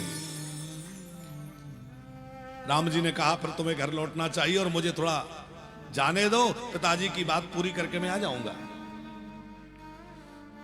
तो सुशीला ने समझाया कि आपको तो मिलने में आनंद होगा, पर आपके मिलन से कृष्ण को भी बड़ा आनंद होगा। अब तो सुदामा जी को लगने लगा अयम ही परमो लाभ उत्तम श्लोक दर्शनम, तो देवी मैं आज ही जाऊंगा। अब जब सुदामा जी ने कहा आज ही जाऊंगा, तो फिर सुदामा जी बोले अच्छा देवी मित्र से मिलने जाऊं तो खाली हाथ नहीं जाना चाहिए, कुछ उपहार, कुछ भेंट करने के लिए, क्योंकि कुछ जगह ऐसी हैं जहां कभी खाली हाथ मत जाओ। एक तो अपने गुरुजी के यहां कभी भी जाओ तो खाली हाथ मत जाओ, थोड़ा बहुत कुछ ले जाओ, कुछ नहीं मिले तो एक पुष्प ले जाओ, माला ले जाओ, कोई फल ले जाओ, पर खाली हाथ नहीं। राजा से मिलने जाओ तो भी किसी अधिकारी से मिलने जाओ, आजकल राजा तो आजकल रहे नहीं, आजकल तो अधिकारी लोग हैं, तो उनके यहां भी ऐसी नियम है कि कुछ ना कुछ लेके जाना चाहिए। अपने मित्र के पास भी जाओ तो मित्र के यहां भी खाली हाथ नहीं जाना चाहिए, थोड़ा कुछ ना कुछ भेंट उपहार कुछ लेके जाएं। तो सुदामा जी ने कहा कि कुछ ले जाएं। अब सुशीला जी अंदर गई, पर मना तो नहीं किया कि कुछ घर में नहीं है। एक बात ध्यान रखना माताओं, कभी भी घर में कुछ नहीं है ऐसा पति से या किसी से मत कहना कि कुछ नहीं है, ना जाने कब सरस्वती जिभ्या पर बैठ रही है। कई बार माता कह देती है नहीं है, कुछ नहीं। और एक और ध्यान रखना कि पूरी तरह घर के बर्तनों को खाली मत होने देना, जैसे शक्कर का डब्बा, चावल का डब्बा, दाल का डब्बा, उसको पूरा खाली कभी मत करो, थोड़ा दाना उसमें डला रहे, थोड़ा ना थोड़ा बरकत के लिए उसमें पड़ा रहे। पूरी तरह कभी बर्तन खाली नहीं करना चाहिए रसोई के, उनमें कुछ ना कुछ बना रहे। और कभी ये मत कहो कि कुछ नहीं है, अरे भगवान का दिया हुआ सब कुछ है, भगवान हमें अच्छा रख रहे हैं, अच्छा जीवन मिला है, क्या करना। तो सुशीला ने ये नहीं कहा कि नहीं है, वो अपने कुटिया के पिछले रास्ते से गई और कुछ ब्राह्मणों के घरों से चावल उधार मांगे। उधार लिए क्योंकि मेरे पति किसी से मांगते नहीं है, अकिंचन है, अयाचक हैं। और फटे से कपड़े में पोटली बांध करके सुशीला ने अपने पतिदेव को दी। सुदामा जी उस पोटली को लेकर के बड़े प्रसन्न होकर के कृष्ण मिलन की इच्छा लेकर के और पोरबंदर से द्वारिका के लिए निकल पड़े हैं। अब सुदामा जी के अंदर मिलने की बड़ी जल्दी है, कितनी जल्दी पहुंच जाऊं, कितनी जल्दी दर्शन कर लूं। तो सुदामा जी कभी कभी दौड़ने लगते हैं, कभी ठोकर लग के गिर भी जाते हैं। एकदम दुबला पतला शरीर है, नंगे पैर हैं, सिर पर कोई पगड़ी नहीं है, शरीर पर फटी सी धोती है, पर अकिंचन वह ब्राह्मण श्री कृष्ण के मिलन की आकांक्षा से आनंदित होकर दौड़ रहे हैं। मुझे कृष्ण के पास जाना है, मुझे कन्हैया के पास जाना है। दौड़ते हुए चले जा रहे हैं कि तुम्हारी याद आती है, बताओ क्या करे मोहन। तुम्हारी याद आती है, बताओ क्या करे मोहन। हमारे जान जाती है, बताओ क्या करे मोहन। हमारी जान जाती है, बताओ क्या करें मोहन।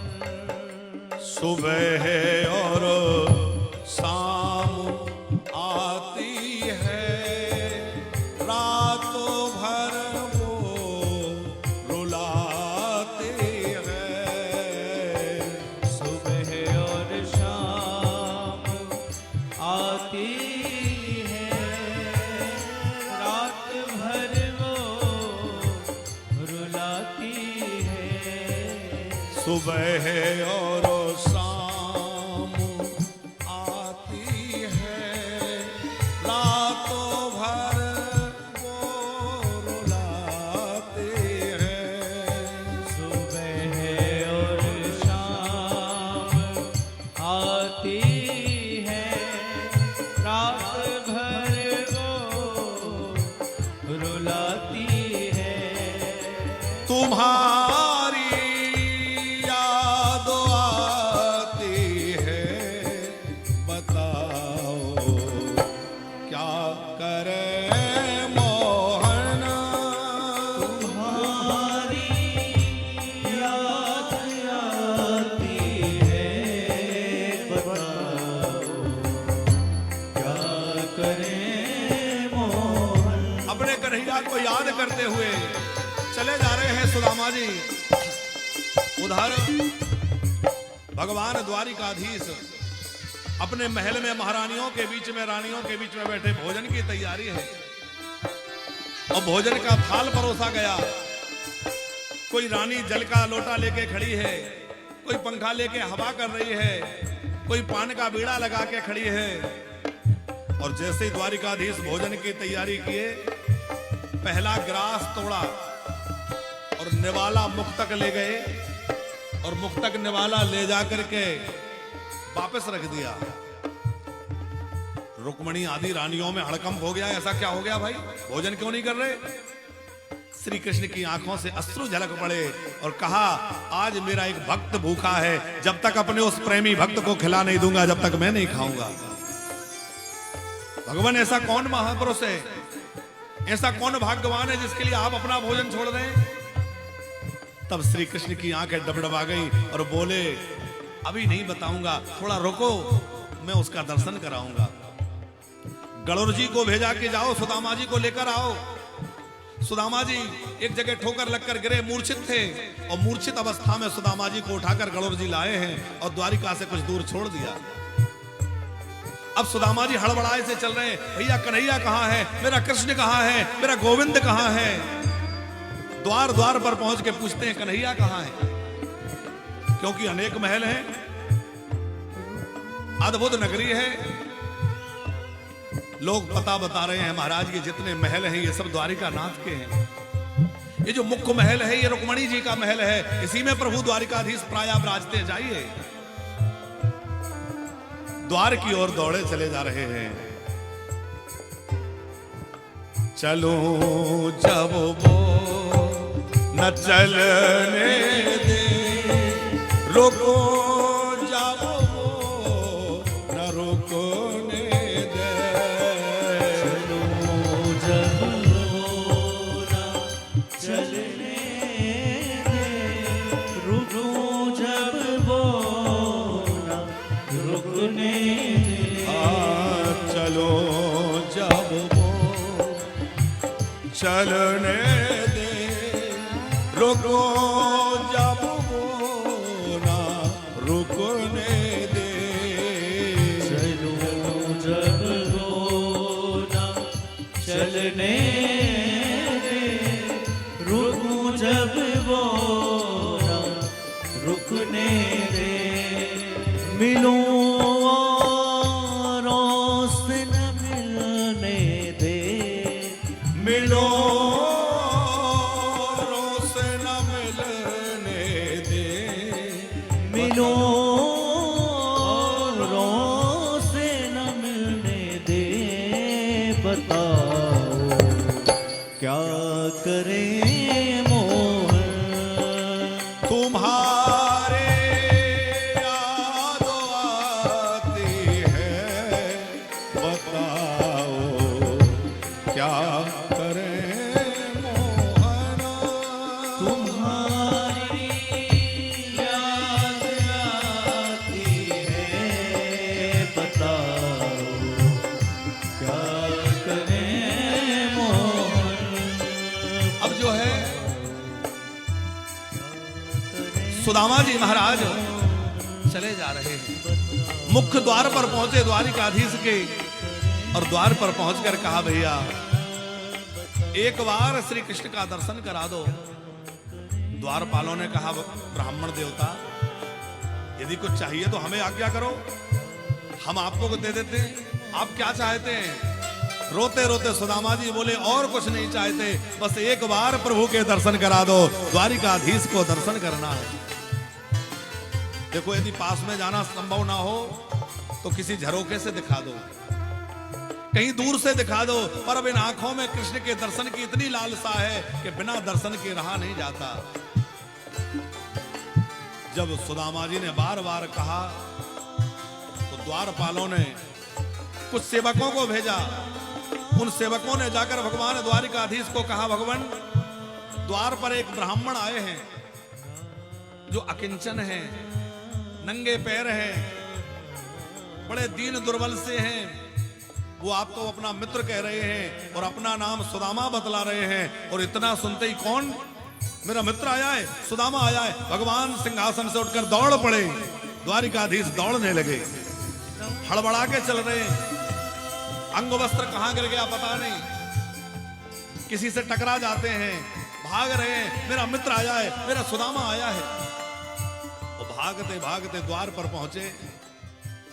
सुदामा जी एक लाठी का सहारा लिए खड़े हैं और देखकर श्री कृष्ण को हृदय से लगा लिया, और श्री कृष्ण ने भी अपने मित्र सुदामा को गले से लगा लिया। बड़ा प्रेम बरसाया है। और फिर वहां से अपने मित्र को लेकर आए, सिंहासन पर बैठाया। रुक्मणी जी से कहा जल्दी जल लाओ, ब्राह्मण के चरण धोना है। रुक्मणी जी सोने के कलश में बड़ा सुंदर जल लेकर आई, लेकिन उसके पहले भगवान की आंखों से ऐसे आंसू बहे कि उन आंखों के आंसू से ही चरण धुल गए। कि देखी सुदामा की दीन दशा,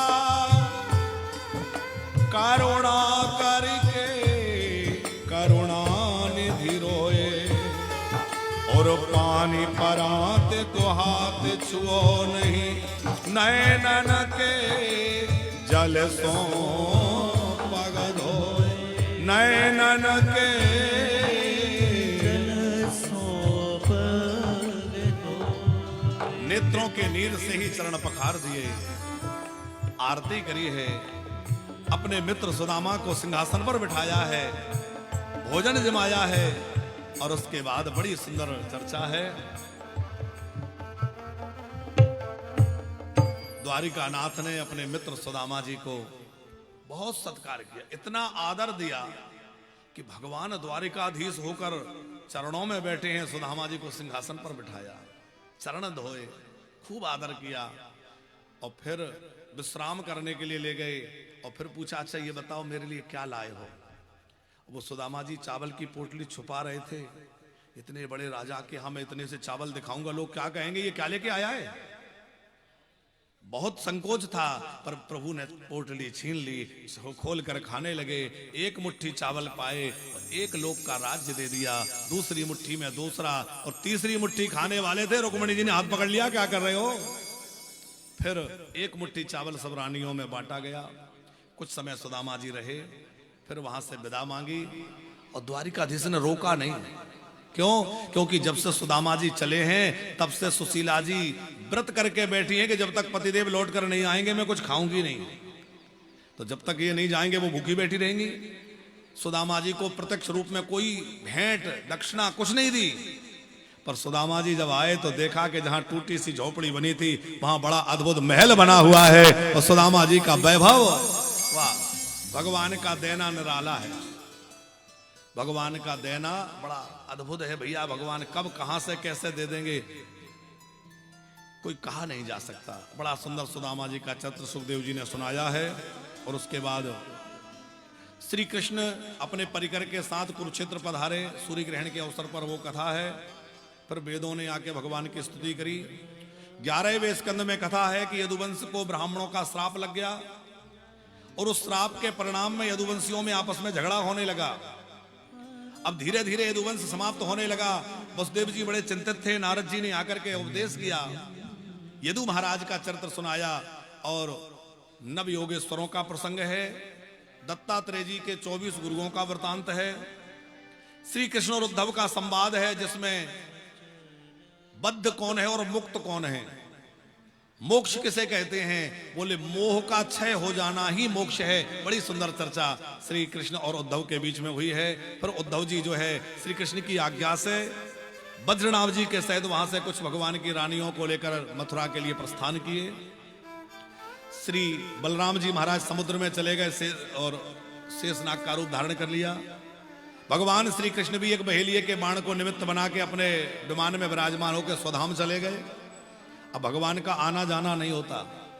देखो भगवान की 2 प्रकार की लीलाएं हैं, एक है व्यवहारी लीला, एक है वास्तविक लीला।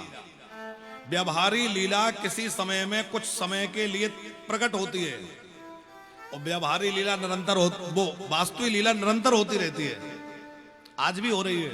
आज भी हमारे वृंदावन में रसिकों का अनुभव है कि कन्हैया आज भी बांसुरी बजाते हैं, आज भी माखन चोरी हो रही है, आज भी कन्हैया की लीलाएं हैं। पर व्यवहारी लीला सबको दिखती है, और वास्तविक लीला किसी योग्य अधिकारी व्यक्ति को ही दर्शन होता है, सबको उसका दर्शन नहीं होता। भगवान अंतर्ध्यान हुए। उसके बाद सुखदेव जी ने राजा परीक्षित को कहा, राजन अब समय पूरा हो रहा है, 7 दिन हो गए, तक्षक नाग आएगा, बताओ और क्या सुनना चाहते हो। परीक्षित जी बोले, गुरुदेव तक्षक नाग आएगा तो वो मुझे नहीं डसेगा, वो मेरे शरीर को डसेगा, मृत्यु मेरे शरीर की होगी, क्योंकि जन्म भी तो मेरे शरीर का ही हुआ है। ये बात सुनकर सुखदेव जी बड़े प्रसन्न हुए। परीक्षित ने सुखदेव जी का पूजन किया, सुखदेव जी वहां से विदा हो गए। तक्षक नाग आया, परीक्षित को दंश लगाया, और परीक्षित की देह जलने लगी, पर इसका शरीर तो जल गया। पर परीक्षित जी को लेने के लिए विमान आ गया, और दिव्य विमान में महाराज परीक्षित विराजमान हो गए। दिव्य स्वरूप धारण करके शंख बजने लगे, मृदंग बजने लगे, घंटियां बजने लगी, जय जयकार होने लगी, और श्री परीक्षित जी महाराज भगवान के धाम को पधारे हैं। बोलिए श्री परीक्षित जी महाराज की, श्री सुखदेव जी महाराज की, श्रीमद्भागवत महापुराण की जय। उसके बाद सूत जी ने शौनकादि ऋषियों को कलयुग में कैसे कैसे लोग होंगे, कैसे अधर्म बढ़ेगा, वो सब वृतांत सुनाया जो हम सब देख ही रहे हैं। और कलयुग में इन कलयुग के दोषों से बचने का उपाय क्या है? सूत जी कहते हैं वो है भगवान का नाम। कलयुग में साधन क्या है? बोले योग यज्ञ जप तप व्रत ये सब तो कठिन है, पर सरल है भगवान का नाम। इसलिए सब लोग भगवान का नाम लेते रहें, और भगवान का नाम लेने से सहज कल्याण हो जाएगा। तो नाम की महिमा को आखिरी श्लोक में सूत जी ने महाराज ने कहा है। हम भी आखिरी श्लोक भागवत जी का गाएंगे, क्योंकि यज्ञ नारायण का समय हो रहा है। आज बहुत सारे कार्य हैं, पूर्णाहुति होना है, भंडारा बहुत विशाल होना है, इसलिए समय से कथा विश्राम हो जाए, ताकि यज्ञ का कार्य भी समय से आगे संपादित हो जाए। इसलिए बहुत सूक्ष्म हमने जो है सुदामा चरित्र और ये सब कथाएं आपको सुनाई हैं। तो आखिरी श्लोक थोड़ा सीधे बैठ जाएंगे, और हमारे साथ में ये आखिरी श्लोक आप लोग भी दोहराएंगे। पहले हम बोलेंगे पर आप बोलिएगा। नाम संकीर्तनम यस्य, नाम संकीर्तनम यस्य, नाम संकीर्तनम यस्य, नाम संकीर्तनम सर्व पाप प्रणाशनम, सर्व पाप प्रणाशनम, प्रणामो दुख समनस्य, नमो दुख समनस्य, प्रणामो दुख समनस्य, नमो दुख तम नमामि हरिं परम, तम नमामि हरिं परम, तम नमामि हरिं परम। हरये नमः, हरये नमः, हरये नमः, हरये नमः, जय जय श्री राधे श्याम। वाक्य पुष्पांजलि भगवत चरणों में समर्पित है। इन बीते 7 दिनों में यथामति यथा समय भगवान के चरित्रों को गाया। निश्चित ही कथा में अनेक त्रुटियां हुई होंगी, क्योंकि मानव का स्वभाव है भूल होना। तो आप सब लोग बड़े प्रेमी जन हैं, हमारी उन भूलों की ओर ध्यान ना दे करके कथा में जो आपको अच्छा लगा हो उसको ग्रहण करिए। हम बाजार से कोई चीज लाते हैं तो जो अच्छी होती है उसको रख लेते हो, खराब आ जाए तो वापस कर देते, भैया ये ठीक नहीं है। आप लोगों का इतना अधिक प्रेम रहा। अब देखो सवेरे 7 बजे कथा हुई, उसके बाद भी इतनी बड़ी संख्या में लोग आ गए। हमें तो उम्मीद नहीं थी, हमें लग रहा था 10-5 कमेटी के लोग रहेंगे, उन्हीं में थोड़ा सुना देंगे। पर आप लोगों का कितना भगवत पद प्रेम है, कथा में प्रेम है कि इतनी बड़ी संख्या में आप लोग आ गए। एक बार जोरदार तालियां सभी भक्तों के लिए। देखो हमारी वाणी में कोई मिठास नहीं है, पर आप लोगों के प्रेम के कारण मिठास पैदा हो गई। कैसे? एक व्यक्ति गर्मी के दिनों में खरबूजे बेच रहा था गली में, टोकरी लेकर के, कोई खरबूजा ले लो, कोई खरबूजा ले लो। एक आदमी ने लिए। अच्छा, वो कह रहा था खरबूजे शक्कर से मीठे, खरबूजे ले लो शक्कर से मीठे। अब किसी ने खरीद लिए, खा के देखे तो वो बिल्कुल फीके थे। अरे बोले पागल बना गया, कह रहा था शक्कर से मीठे। अब देखते फिर आएगा तो पकड़ेंगे। अगले दिन वो फिर आ गया, खरबूजे ले लो शक्कर से मीठे। पकड़ लिया, ये वही आदमी है जो कल बेवकूफ बना के गया था। क्यों? कह रहा था शक्कर से मीठे बिल्कुल फीके हैं। वो हाथ जोड़ के बोला, बाबूजी आपने मेरी बात को ठीक से नहीं सुना। मैं कह रहा था खरबूजे शक्कर से मीठे, इसका मतलब शक्कर डालो तो मीठे, वैसे मीठे नहीं है। समझ में आई बात? खरबूजे शक्कर से मीठे, शक्कर डालो तो मीठे, ऐसे मीठे नहीं है। तो हमारी वाणी मीठी नहीं है, पर आप लोगों का इतना प्रेम मिला कि वाणी में मिठास पैदा हो गई। तो जो कथा में मिठास लगी वो आपके प्रेम के कारण है। यद्यपि भगवान की कथा तो बहुत दिव्य है, मधुर है, अद्भुत है। देखो कथा हमने पूरी सुना दी, ये तो कहा ही नहीं जा सकता, क्योंकि भगवान अनंत हैं, तो भगवान की कथाएं भी अनंत हैं। हरि अनंत हरि कथा अनंता। कभी भगवान की कथा पूरी नहीं होती। लेकिन एक बात और ध्यान रखना, जैसे भगवान परिपूर्ण है, ऐसे ही कथा भी थोड़ी होकर भी परिपूर्ण है। कथा कभी अधूरी नहीं रहती, क्योंकि भगवान परिपूर्ण है तो कथा भी परिपूर्ण है। पूर्णस्य पूर्णमादाय पूर्णमेवावशिष्यते। परिपूर्ण में सब परिपूर्ण ही होता है। यज्ञ नारायण भगवान की सन्निधि, श्री हनुमान जी महाराज का पावन सानिध्य, और इस बमोहरी नगर के ग्राम के सभी ग्रामवासियों ने मिलकर के जो दिव्य भव्य आयोजन किया, सभी आयोजकों के लिए, ग्रामवासियों के लिए एक बार जोरदार तालियां बजाइए, जो इतना दिव्य आयोजन यहां आयोजित किया। यज्ञ तो आपके क्षेत्र में खूब होते हैं। हमने जैसा कि यहां सुना कि सब जगह यज्ञों की परंपरा है और बहुत अच्छी बात है। लेकिन बमोहरी में जो यज्ञ होता है, तो बमोहरी सुहागी का जो यज्ञ है ये लोगों के लिए मिसाल बन गया है कि इतना बढ़िया भव्य आयोजन आप लोग करते हैं। और बहुत बड़ी बात ये, हमें कमेटी के लोगों ने, कुछ लोगों ने कहा कि महाराज जी हम बाहर कहीं चंदा करने भी नहीं जाते, अपने नगर के, अपने गांव के लोग जो देते हैं स्वेच्छा से, उसमें भी कोई जबरदस्ती नहीं। पर आप लोगों का भाव, आप लोगों का प्रेम, हम भगवान यज्ञ नारायण के चरणों में, भागवत जी के चरणों में प्रार्थना करते हैं, इस नगर पे भगवान ऐसी कृपा करें, आप सब लोग इतने समृद्ध रहें कि ऐसे यज्ञ हर साल करते रहें और खूब आपका जीवन सुखी, समृद्ध और संपन्न रहे। सभी लोगों ने बड़ी तन्मयता दिखाई है, छोटे से छोटे कार्यकर्ता से लेकर के हमारे सभी पदाधिकारीगण और जो भी लोग लगे हैं, सबका अत्यंत महत्वपूर्ण योगदान रहा है। देखो, किसी के कम पैसा लगा होगा, किसी का ज्यादा लगा होगा, पर जिसका 1 रुपया भी लगा है आज उसका जीवन धन्य हो गया है। भैया, इस यज्ञ में आपने अपने धन को समर्पित किया है। ऐसे यज्ञों से हमारे नगर की रक्षा, नगर की समृद्धि तो होती है, भगवान की कृपा सबको खूब प्राप्त होती है। बहुत दिव्य सुंदर आयोजन आप लोगों ने आयोजित किया है, आप लोगों की भूरी भूरी प्रशंसा है। और आप लोगों ने इतनी बड़ी संख्या में आकर कथा को सुना, हमें तो लग रहा था पता नहीं हमारी भाषा लोग ठीक से समझेंगे कि नहीं, क्योंकि अब यहाँ की बुंदेली हमें आती नहीं, तो अब हमारी शैली लोगों को पसंद आएगी कि नहीं आएगी। और शैली पसंद नहीं आई तो जो लोग हमें चुनने गए थे तो वो लोगों से कहा जाएगा कि कैसे महाराज ले आए।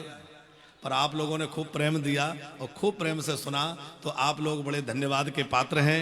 अब आप सब लोग समय समय पर वृंदावन आते रहिए, आश्रम पधारिए, कथाओं से जुड़े रहिए। देखो, ये जरूरी नहीं है कि हम ही कथा यहाँ सुनाएं, कोई भी आए, पर ये नियम बनाइए कि साल भर में एक कथा कम से कम यहाँ होना चाहिए, यज्ञ होना चाहिए। कोई भी आए, हम तो कहते हैं हर बार नया वक्ता लाइए, अलग अलग लोगों को सुनिए, ये जरूरी नहीं है कि हम आए। पर बात यह है कि सत्संग होता रहेगा तो हमारे नगर में धार्मिकता बनी रहेगी, सद्भाव बना रहेगा, आपस में प्रेम बना रहेगा और धर्म की जागृति बनी रहेगी। ये समय बड़ा संकट का समय सनातन के लिए है। सनातन में बहुत सारी विसंगतियां चारों ओर से आ रही हैं और सनातन धर्म चारों ओर से घिर रहा है। ऐसे में हमें अपने धर्म की रक्षा के लिए आगे आना है और अपने प्रयासों से, यज्ञों के माध्यम से, कथाओं के माध्यम से, सत्संग के माध्यम से अपने धर्म को आगे बढ़ाना है। आप सभी लोग, कल हमने कहा था कुछ नियमों के विषय में, वो सब ध्यान रखेंगे और क्या नहीं करना है वो भी ध्यान रखेंगे। एक तो ये, वो महाराज जी उस दिन कह के गए थे, हम भी आज यही बात कह के जा रहे हैं कि एक तो घर में मांसाहार ना बने, मांसाहार बंद हो जाए, और दूसरे शराब पीना बंद हो जाए तो आपका नगर और जो है समृद्ध हो जाएगा, आपका जीवन और आनंदित हो। वैसे हमें भरोसा है कि ज्यादा लोग ऐसे होंगे नहीं, पर फिर भी हम यज्ञ की यही भिक्षा मांगते हैं कि भैया आप लोग, यदि कोई के घर में खाना पीना चलता हो तो पीना छोड़ दो, खाना छोड़ दो और आप शुद्ध सात्विक जीवन जियो तो आपका जीवन और श्रेष्ठ होगा और अच्छा होगा। आप निरोगी रहेंगे, समृद्ध रहेंगे, आनंदित रहेंगे। तो कथा के बाद कुछ बदलाव जीवन में आना चाहिए। हम इस कथा के आयोजकों को और यज्ञ के आयोजकों को बहुत बहुत धन्यवाद के साथ आशीर्वाद भी देते हैं। साथ में ही यज्ञाचारी महोदय हमारे पूज्यो श्री श्री 108 श्री अंश जी महाराज श्री जी के श्री चरणों में कोटिशाह नमन वंदन करते हैं। उन्होंने विधि पूर्वक इस यज्ञ को संपन्न कराया है और उनके दिव्य मार्गदर्शन में ये यज्ञ अपनी दिव्यता भव्यता के साथ संचालित हो रहा है। उनके साथ पधारे हुए समस्त आचार्य वृंद, जो भी महापुरुष पधारे हैं, उन सभी के श्री चरणों में भी हम कोटि कोटि नमन वंदन करते हैं। पूज्य महंत श्री राम लखन दास त्यागी जी जो चित्रकूट धाम से पधारे हैं, उनके श्री चरणों में बारंबार प्रणाम है। हनुमान जी महाराज के पुजारी जी श्री लोटन दास जी महाराज श्री जी, उनको भी बारंबार कोटिशाह नमन वंदन है। इस लक्ष्मी नारायण महायज्ञ के प्रधान यजमान, मुख्य यजमान श्रीमती उर्मिला कुशवाहा, डॉक्टर गोरेलाल कुशवाहा जी, खूब खूब आशीर्वाद है। भगवान ने आपको इस यज्ञ में मुख्य यजमान बनने का सौभाग्य प्रदान किया। इस यज्ञ में जो भागवत के परीक्षित के रूप में हैं श्रीमती उमा तिवारी जी, श्री कपिल तिवारी जी, उनके लिए भी खूब खूब आशीर्वाद है। भगवान आपको खूब स्वस्थ और प्रसन्न रखें, खूब जीवन में भगवत कृपा बनी रहे। आप सभी भक्त प्रेमियों को बहुत बहुत आशीर्वाद है और खूब खूब भगवान की कृपा रहे, ऐसी भगवान से प्रार्थना है। तो अभी आप लोगों को लग रहा होगा कि महाराज जी को भगना है इसलिए जल्दी कथा कर दी। ऐसा नहीं है, यज्ञ नारायण की पूर्णाहुति होना है और यज्ञ का क्रम है। हमने तो यज्ञ नारायण भगवान के चरणों में और यज्ञाचार्य जी के चरणों में प्रार्थना करी कि 7वें दिन की कथा का क्रम ना टूटे, इसलिए हमें थोड़ा समय दे दिया जाए। नहीं तो 6 दिन में कथा करते तो सप्ताह क्रम पूरा नहीं होता। हमसे जब समय मांगा गया था तो केवल 5 दिन के लिए कहा गया था, महाराज जी हम 5 दिन की कथा चाहते हैं। हमने कहा भाई भागवत करा रहे हो तो 7 दिन तो पूरे करो, भले ही कैसे भी करो। तो पहले दिन भी कथा ज्यादा नहीं हो पाई, क्योंकि यात्रा का क्रम बहुत लंबा था, यात्रा बहुत विलंब से भी हुई। तो विलंब, हम तो एक दिन पहले ही आ गए थे, तो इसीलिए पहले आ गए थे कि समय से हम अपनी कथा सुनाएं। पर आपकी बहुत दिव्य व्यवस्था थी, इतनी बड़ी यात्रा निकाली गई तो शाम को संक्षिप्त कथा हो पाई। आज भी ऐसा नहीं है हमें जल्दी जाना है, हम तो आराम से कथा सुनाने के लिए फिर भी तत्पर हैं।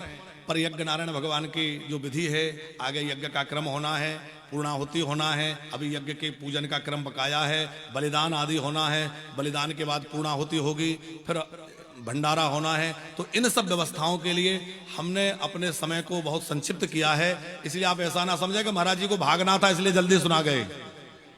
हमें भागने की जल्दी नहीं है, पर यज्ञ नारायण की व्यस्तता के कारण जल्दी समय रखा गया है और वो कमेटी और यज्ञाचार्य महोदय की आज्ञा के अनुसार रखा गया है।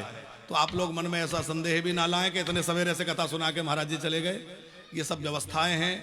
हम तो एक निवेदन करेंगे कि आगे से यदि भागवत सप्ताह और इस तरह से कार्यक्रम रखे जाएं तो कम से कम 9 दिन का कार्यक्रम रखा जाए। शोभा यात्रा के लिए 1 दिन स्वतंत्र रखा जाए और भंडारे के लिए 1 दिन अलग से स्वतंत्र रखा जाए। और 7 दिन का, चूंकि इसमें यज्ञ का क्रम भी कहीं ना कहीं संक्षिप्त होता है और कथा का भी, तो इतना आप पैसा खर्च कर रहे हैं, इतनी व्यवस्थाएं कर रहे हैं, तो शोभा यात्रा के लिए 1 दिन पूरा सुनिश्चित रहे कि उस दिन केवल यात्रा रहेगी आनंद से। 10वें स्नान, प्रायश्चित स्नान, बढ़िया यात्रा करो, फिर 7 दिन खूब बढ़िया विधि पूर्वक यज्ञ करो और फिर जो है 9वें दिन जो है बढ़िया पूर्णाहुति करके भंडारा करो। तो उसमें आपका क्रम और बढ़िया सुधर जाएगा। बाकी इतने दिव्य विधि से जो है यज्ञ हो रहा है, उसके लिए हम बारंबार प्रणाम करते हैं। सभी पधारे हुए अतिथियों को, महापुरुषों को, आप सभी भक्त प्रेमियों को बार बार प्रणाम है, राधे राधे है। और कोई गलती हुई हो तो क्षमा प्रार्थना है। बोले वृंदावन बिहारी लाल की जय। श्री सद्गुरुदेव भगवान की जय। अब आइए हम लोग पुराण पूजा जैसे कि विदाई समारोह का जो कार्यक्रम रखा जाएगा, तो उसमें सबसे पहले मैं हमारे मुख्य यजमान कथा के श्री कपिल तिवारी जी, श्री उमा तिवारी जी के साथ में निवेदन करूंगा।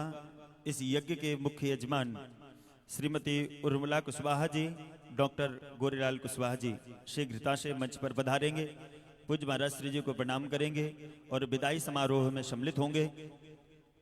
निवेदन करूंगा जो भी विशेष सहयोगी गण हैं, श्रीमती गणेशी जी, श्री राजेश जी, श्रीमती गौरा जी, श्री मोहनलाल जी, श्रीमती आरती जी, पुष्पेंद्र जी, श्रीमती छाया जी, लक्ष्मण जी, श्रीमती मानकुमार जी, लक्ष्मी प्रसाद जी, श्रीमती पार्वती जी, श्री भगवान जी, श्रीमती रामश्री जी, श्री ब्रजलाल जी, श्री रामदेवी जी और अशोक जी, आप लोग भी पधारें और समिति के जो भी सदस्य हैं वो सब लोग पधारेंगे। एक भजन के माध्यम से हम लोग विदाई समारोह में सम्मिलित होंगे, तदोपरांत भगवान की आरती में सम्मिलित होंगे।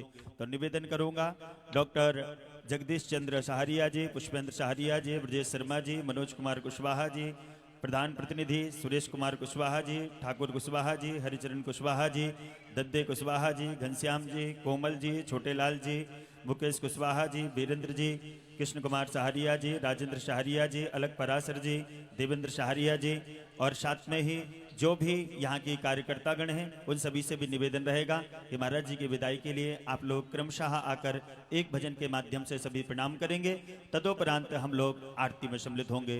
बोल वृंदावन बिहारी लाल की जय। राधे।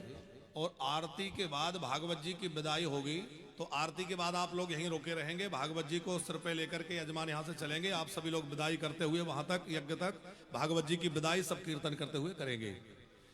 ओ हरे राम राम राम सीता राम राम राम, हरे राम राम राम सीता राम राम राम।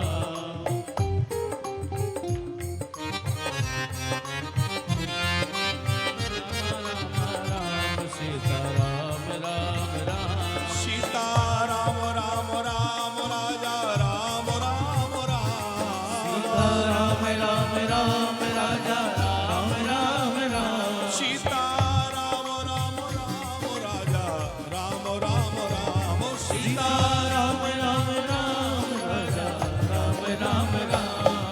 हरे राम राम राम सीता राम राम, हरे राम राम राम सीता राम राम राम, हरे राम राम राम सीता राम राम राम, हरे राम राम राम सीता राम राम राम, सीता राम राम राम राजा राम राम राम सीता राम राम राम राजा राम राम राम, सीता राम राम राम राजा राम राम राम सीता राम राम राजा राम राम राम, हरे राम राम राम सीता राम राम राम, हरे राम राम राम सीता राम राम राम, सीता राम राम राम सीता राम राम राम, ओ राजा राम राम राम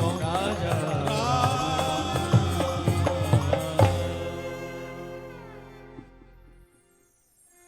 आरती प्रारंभ करेंगे। श्री राधे बोल वृंदावन बिहारी लाल की जय। आइए मंगल में आरती में सभी सम्मिलित होंगे।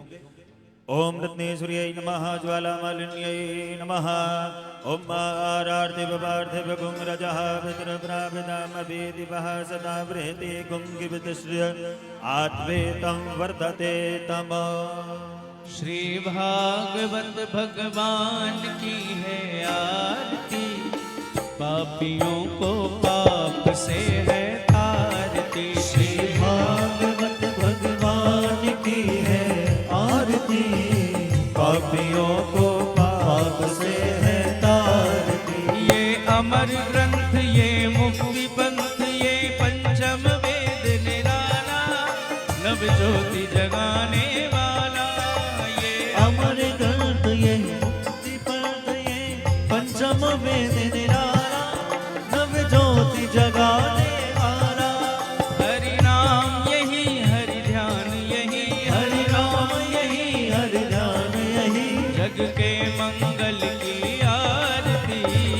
पापियों को पाप से है तारती। श्री भागवत भगवान की है आरती, पापियों को पाप से है तारती। ये शांति गीत पावन पुनीत, पापों को मिटाने वाला, हरि दर्श कराने वाला। ये शांति गीत पावन पुनीत, पापों को मिटाने वाला, हरि दर्श कराने वाला। ये सुख करनी, ये दुख हरनी, ये सुख करनी, ये दुख हरनी, श्री मधुसूदन की आरती। पापियों को पाप से है तारती। श्री भागवत भगवान की है आरती, पापियों को पाप से है तारती। ये मधुर बोल जग पंथ खोल, सन्मार्ग बताने वाला, बिगड़ी को बनाने वाला। ये मधुर बोल जग पंथ खोल, सन्मार्ग बताने वाला, बिगड़ी को बनाने वाला।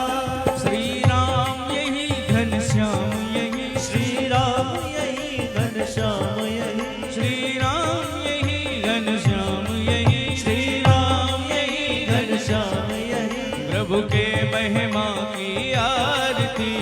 पापियों को पाप से है तारती। श्री भागवत भगवान की है आरती, पापियों को पाप से है तारती।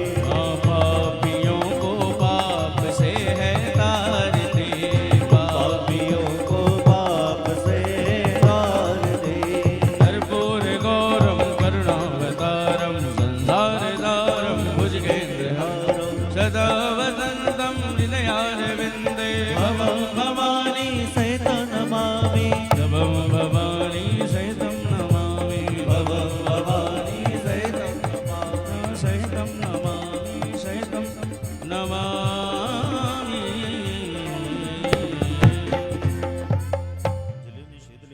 पुष्पैर्देवादिवन्दनमात्मार्थे मन्त्रपुष्पाञ्जलि। ओम जग्नेन जग्नमय जन्त देवस्तानि धर्माणि प्रथमान्यासन्न तेहनाकं महिमानः चचन्द्र तत्र पूर्वे साध्याः सन्ति देवाः हरिः ओम् नारायणाय विद्महे वासुदेवाय धीमहि तन्नो विष्णुः प्रचोदयात् हरिः ओम् महालक्ष्मै च विद्महे विष्णुपत्न्यै च धीमहि तन्नो लक्ष्मीः प्रचोदयात् नाना सुगन्धपुष्पाणि यथा कालोद्भवानि च पुष्पाञ्जलिर्मया दत्त्वा गृहाण परमेश्वर शबरकराय नमः भगवते श्रीपुराणपुरुषोत्तमाय नमः चरणकमले सुमन्त्रपुष्पाञ्जलिं समर्पयामि। बोलिए भागवत महापुराण के जय, श्री सद्गुरुदेव भगवान की बोल बांके बिहारी लाल की जय जय श्री राधे श्याम। आइए हम लोग विदाई समारोह में सभी सम्मिलित होंगे। निवेदन कि सभी लोग एक क्रमबद्ध तरीके से भागवत महापुराण को प्रणाम कर